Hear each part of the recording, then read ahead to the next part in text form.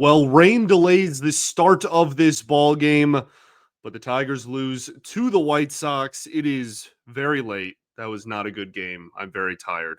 Let's talk about all of that all today on Locked On Tigers.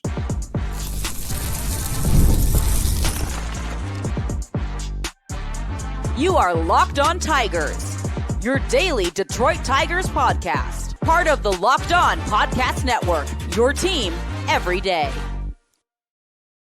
What is up, everybody? Welcome back to another edition of Locked On Tigers. I'm, of course, your host, Scott Bentley. Today is Wednesday, August 13th, 2025. Thank you so much for making Locked On Tigers your first listen. Every single day, we are free and available wherever you get your podcasts, including YouTube, part of the Locked On Podcast Network, your team every day. Today's episode is brought to you by Game Time. Download the Game Time app, create an account, use code LOCKEDONMLB for $20 off of your first purchase.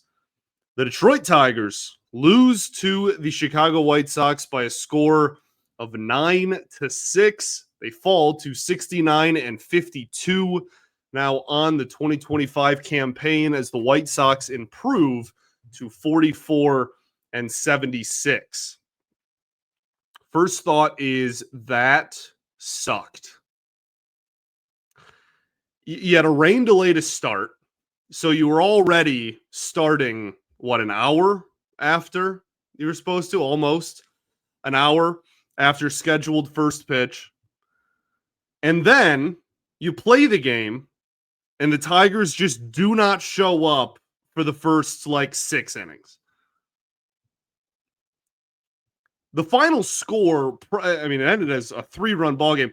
The final score probably doesn't describe accurately how gross of a performance that truly was. That was a 6-run ball game going into the 9th inning against the Chicago White Sox.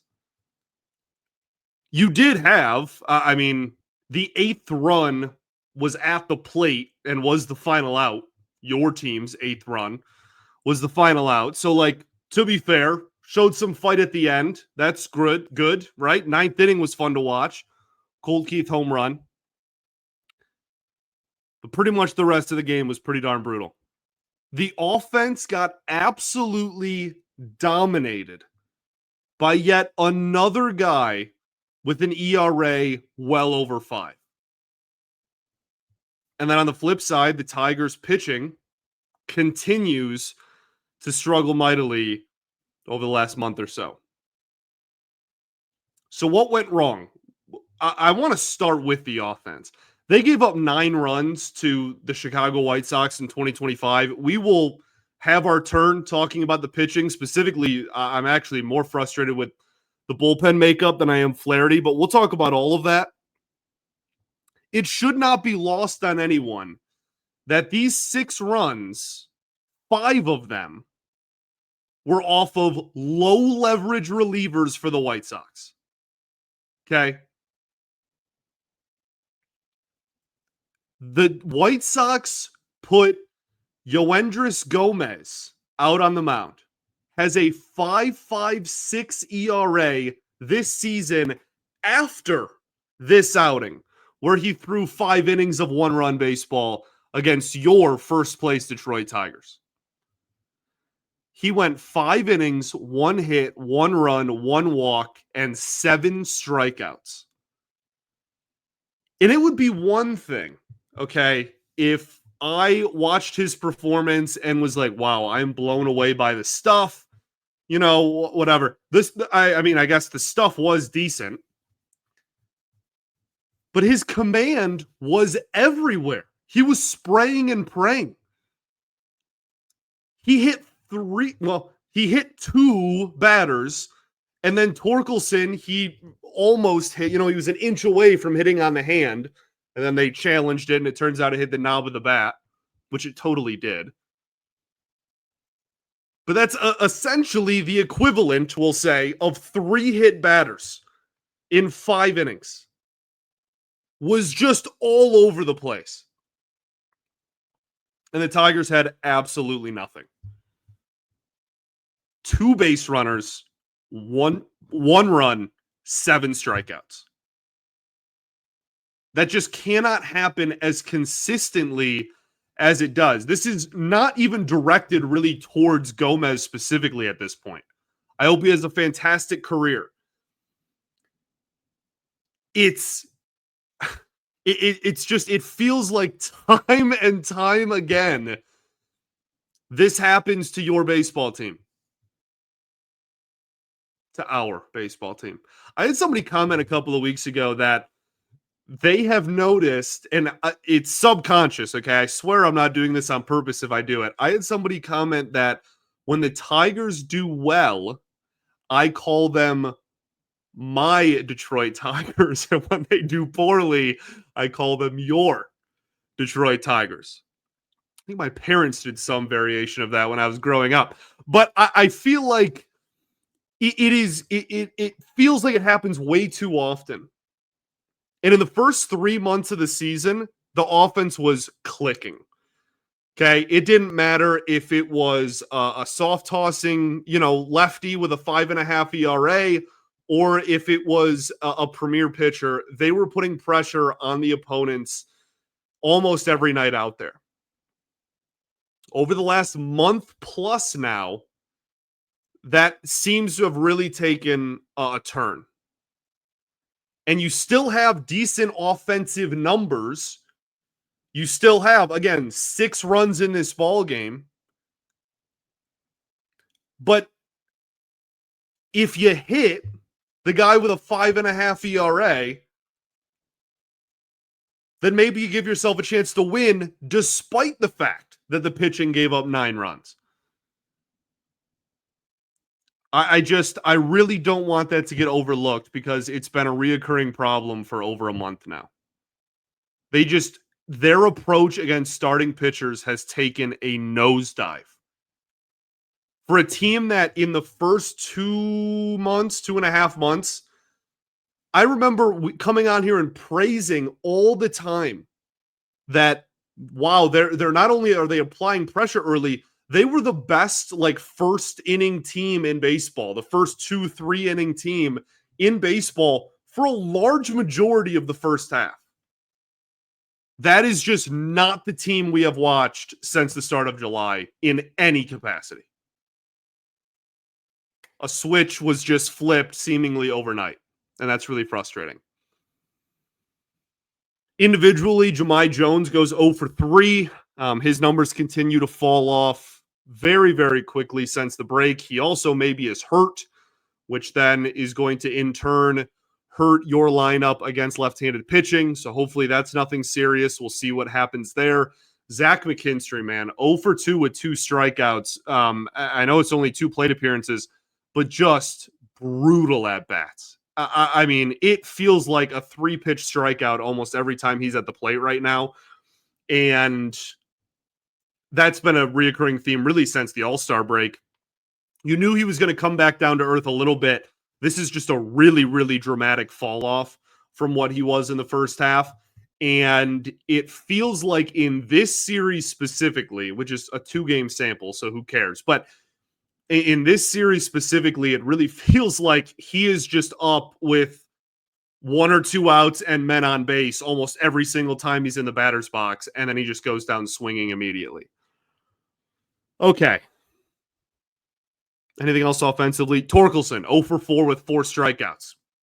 He had a walk in this ball game on the what could have been a hit by pitch I alluded to earlier. But 0 for 4 with 4 strikeouts. Golden sombrero, not going to win too many people over that way.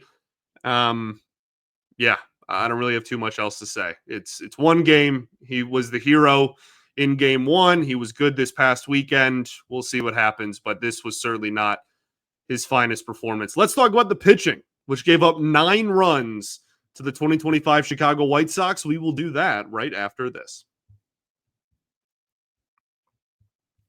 First, though, I've got to talk to you about our friends over at One Phone. If you're business and you are really, I think the biggest thing, and I talk about this all the time, but you have to realize that every missed call is money left on the table.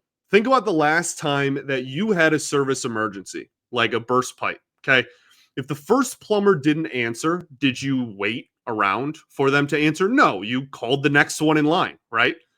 That's why having a reliable business line is so important. And that's why you need Open Phone. Open Phone is the #1 business phone system that helps you streamline and scale customer communications, all from an app on your phone or computer. Did you juggle 2 phones to keep a business and personal line separate? Well, Open Phone solves that immediately. Your whole team can share one number and respond to customers like a shared inbox. There's no more who's handling this, who's handling that.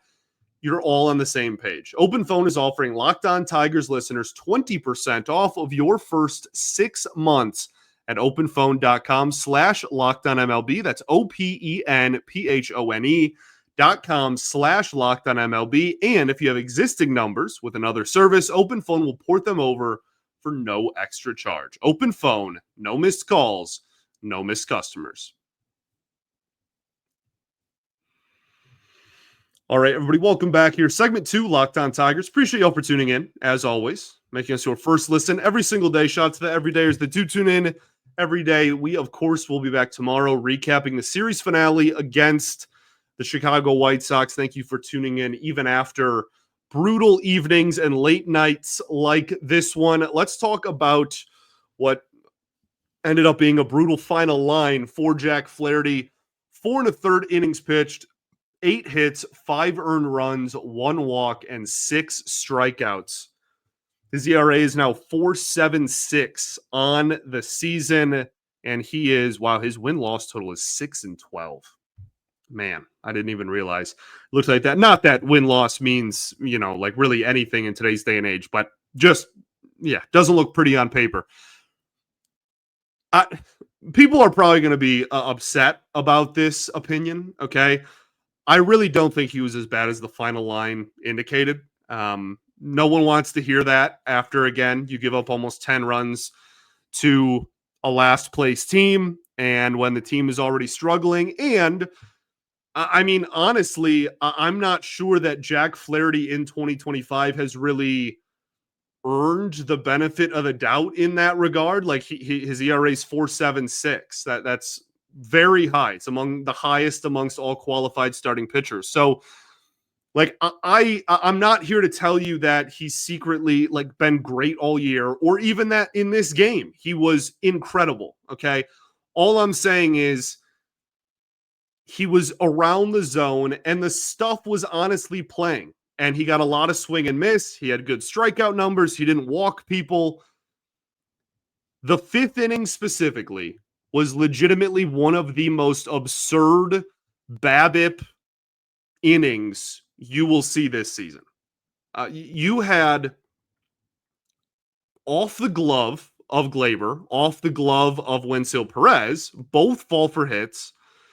You have 2 parachute bloopers. I'm talking like 50, 60 mile an hour exit velo, just falling at the only spot in the field where nobody's going to catch them. 1 to left field and then 1 to right field. You had an infield single in there, the Trey Sweeney play. You had, albeit a hard hit ground ball, but a ground ball hit to Glaber that just gets through. Like, it literally just felt like everything he was throwing up there was just finding open grass. I don't fault him entirely for that. Okay. Some of that is sequencing. Some of that is on him. He got a little repetitive up there. There's a couple pitches. He clearly had a put away pitch. He really liked this lineup, and he continued throwing it. And eventually they started making contact with it, but it wasn't good contact. He was missing barrels and kind of just got hosed. Had, again, plenty of swing and miss, plenty of whiffs, plenty of strikeouts all night. Just didn't have it in the 5th inning, and it cost him. It's not an excuse. Again, I'm not trying to like go to bat for him, no pun intended, or make it sound like he was phenomenal. He wasn't. Adjustments need to be made. He needs to be better. That's a really, really rough final line against not a good offense. But that kind of stuff happens sometimes. I think there are a ton of other examples this year of like legitimate concerns with Jack Flaherty. I don't think there was too much in this game that I'm concerned about, quote unquote. I think that this was more of just a rough outing that you try to bounce back from. Now, the bullpen gave up 3 runs in this ball game, including walking in a run. You had an error that led to a run being scored, and you had Tommy Kahnle throwing batting practice. Brant Herter, we'll start with him, chronological.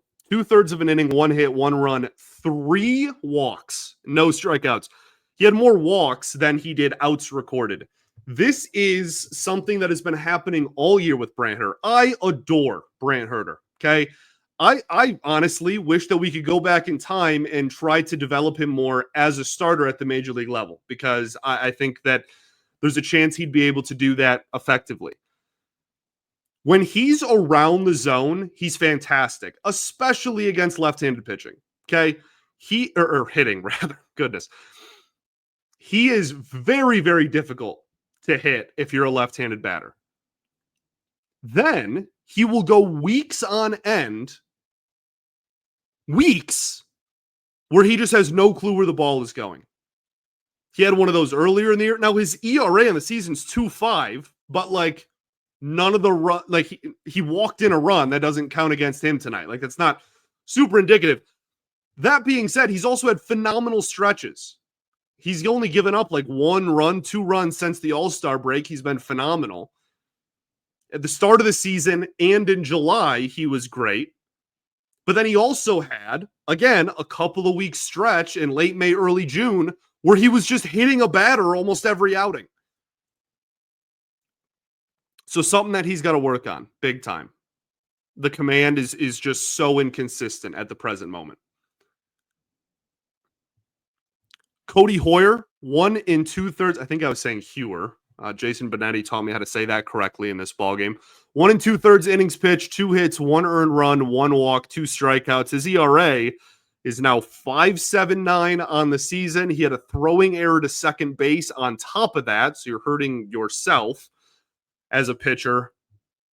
I mean, he just, again, like, also didn't really have much command. I don't even think the stuff is that bad. I think the stuff will probably play a decent amount if he can be anywhere near the strike zone on a consistent basis. And that's, he had a 4-year gap in between major league appearances for a reason. That's obviously going to be a big question mark with him. Only the 1 walk, but every count was deep, 2 balls, 3 balls. And then obviously the error isn't helping anybody. And then Tommy Kahnle, 1 1/3, 2 hits, 2 runs, 2 walks, 2 strikeouts. The 2s are wild. His ERA is now astonishingly 5.21. And I don't say astonishingly because if you've watched him over the last month, this is not surprising. If you stopped watching the Tigers on July 1st, and you're like, oh boy, let's check in on how my first place team is doing, and you saw Tommy Kahnle enter in a 6-run ball game against the last place White Sox, and his ERA was over 5, you'd probably scratch your head. This guy went from a 1.77 ERA at the end of June, start of July, to an ERA of 5.2 in 6 weeks. And one of those was the All-Star break where he only played 2 games. That is mind-boggling. I love what he was in the first 3 months of the season, but he seems like such a great dude, and I love rooting for him. And he's such a cool personality to have in the clubhouse. I genuinely think this might be the end of the road, and like he might not even make it to game 162 with this team. And this is the first time I've said this on air, but if there is anybody in the minor leagues that you are looking at and you're like, wow, I really like what I'm seeing here, the bullpen desperately needs some stability and needs some help. I don't know, let's bring them up and shake something up. I don't think there's much of a role for Tommy Kahnle anymore. Again, he just entered when the Tigers were down 6 to the White Sox. That was his level of leverage situation. And he did poorly in it. So I don't know. The silver lining for him is that like almost half the bullpen kind of looks like this at the moment. Half is probably too dramatic, but like you could say the same thing about Montero. You could say the same thing about Hoyer. You know what I mean? You can kind of just go down the line and pick somebody else too. And where is Brennan Hanafy? It's a great question. We're all asking. Defense was terrible. I praised the defense one time and they turn around and just give me a middle finger. So that's cool. Let's talk about what went right, shall we? Not a very long list, but a list no less. We'll talk about that right after this. Got to talk to you about our friends over at Game Time. We've all been there, logging on early and waiting forever for concert tickets to go on sale, only to lose your spot for a show that you've been dying to see. Live music should be about making memories, not dealing with the stress of ticket shopping. That's where Game Time comes in. Game Time makes getting concert tickets faster and easier than ever. Prices actually drop as it gets closer to showtime, so you can save up to 60% off with killer last-minute deals. If you're tired of endless scrolling, trying to find the best deal, Game Time has zone picks that pick the best seat in your section for you. And if you've ever wondered what your seat actually looked like before you buy it, well, the app shows you a panoramic view, so there's no surprises at checkout. Take the guesswork out of buying concert tickets with Game Time. Download the Game Time app, create an account, and use code LOCKEDONMLB for $20 off of your first purchase. Terms apply. Again, create an account and redeem code LOCKEDONMLB for $20 off. Download Game Time today. Last minute tickets, lowest price guaranteed. All right, everybody, welcome back here. Third and final segment of Locked On Tigers. Let's talk about what went right in this 9-6 loss to the White Sox. Colt Keith goes 2 for 5 with 2 hits, 3 RBIs, 2 strikeouts on the night, but that big home run in the 9th inning to kind of make it a little bit of a ball game, to be honest. Great sign of power there at the end, and his OPS is now back up to 767 on the season. I've said it a lot, but just considering how poorly he hit the first 5-6 weeks of the season, seeing him as a well above league average hitter is just so awesome. And hopefully he keeps developing that power.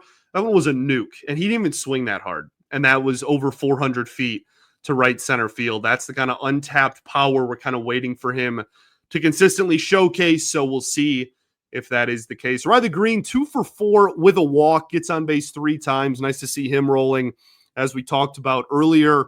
Earlier in the month, maybe even the end of July.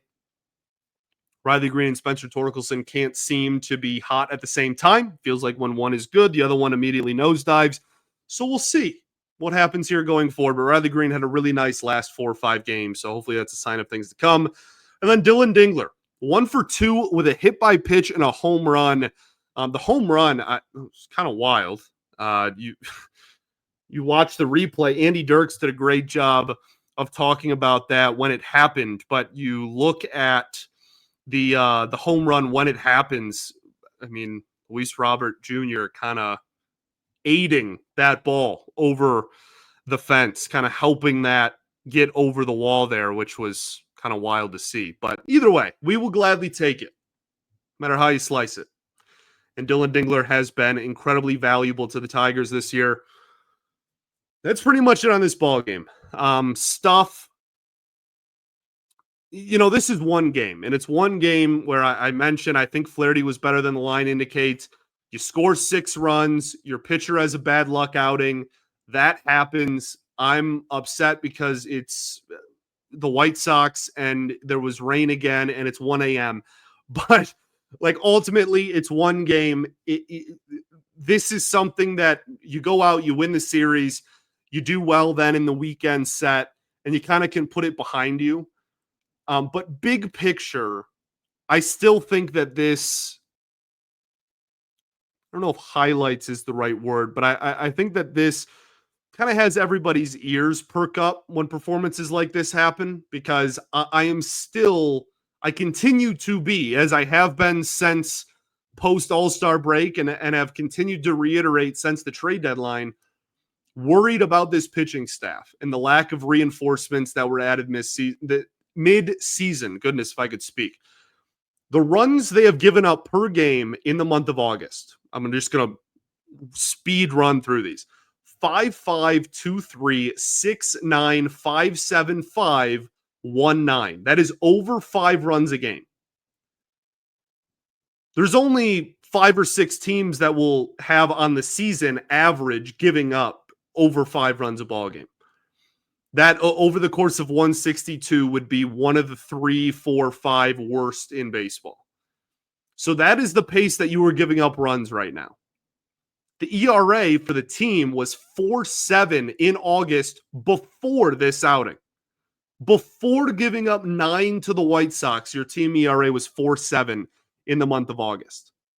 So you're going to have probably one of the worst 4 or 5 ERAs in baseball in this month as well, going into the game tomorrow. Your rotation, Mize, Flaherty, Morton, Paddock, everyone outside of Skubal, have all at best shown cracks. And at worst, just have struggled. The bullpen. I mentioned the 3 guys earlier, Montero, Hoyer, Canely. Those 3 all have ERAs well over 5, and you cannot trust whatsoever in even remotely high leverage situations. That's 3 of 8. That's over a third of your bullpen. You immediately can't trust in high leverage. Finnegan and Vest have been fantastic. Those are your 2 highest leverage relievers consistently and will be the rest of the year. And then the other 3 remaining are Holton, Herder, and Melton. It is so important that those 3 guys do well, because the difference of a bullpen being 5 deep and 2 deep is astronomical. Okay, I cannot stress enough how different managing a bullpen is and formulating an attack against the bullpen when you're an opposing manager, how wildly different a team's bullpen success is when they have 2 good relievers versus 5. I know that's a very Captain Obvious statement, but it feels worth reiterating.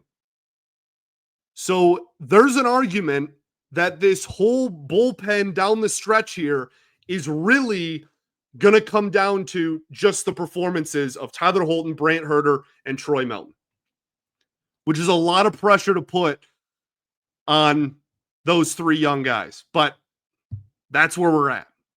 You didn't do anything else at the deadline. You got to trust what you already have.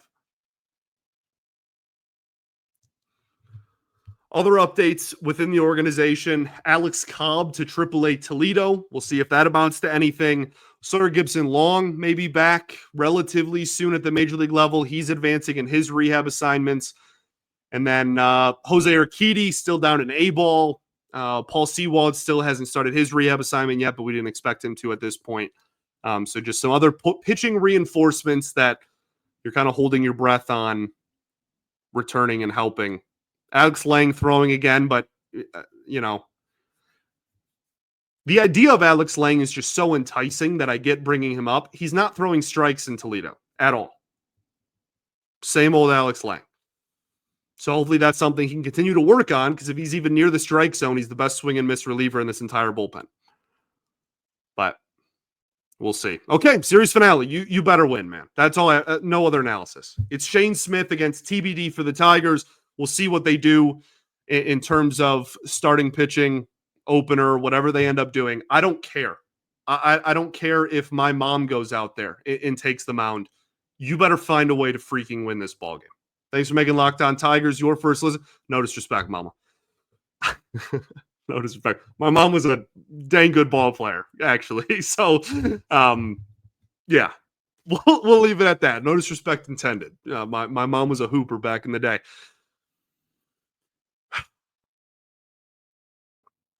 Go win. Thanks for making Locked On Tigers your first listen every single day. Shout out to the everydayers that do tune in every day, and we will, of course, be back tomorrow. Peace and love. Going to therapy's dope, and I'll catch y'all then, baby. Go Tigers.